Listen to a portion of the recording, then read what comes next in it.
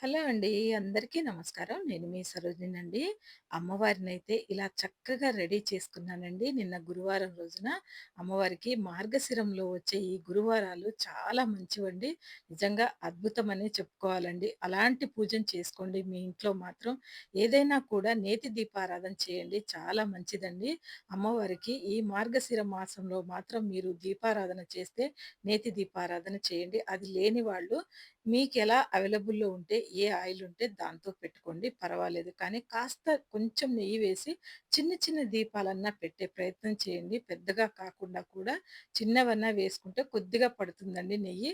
ఒక రూ. 10, రూ. 20 ప్యాకెట్ అన్నా తెచ్చుకోండి. లేదా ఇంట్లో కాస్త చేసుకొని మీరు పెట్టుకుంటే అమ్మవారికి ఆవు నెయ్యితో దీపారాధన చేసి, ఇలా చక్కగా జవ్వాది వేసి పరిమళంగా అమ్మవారికి తెల్లవారేటప్పటికి మీరు బ్రహ్మముహూర్తంలో లేవకపోయినా పర్వాలేదండి.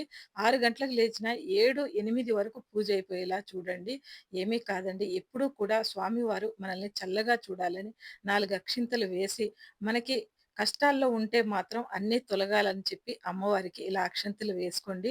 ఏదైనా మన టైం బావుంటే గనక బావుంటుందండి. పూజ అయితే మాత్రం ఇంత చక్కగా చేసుకున్నానండి.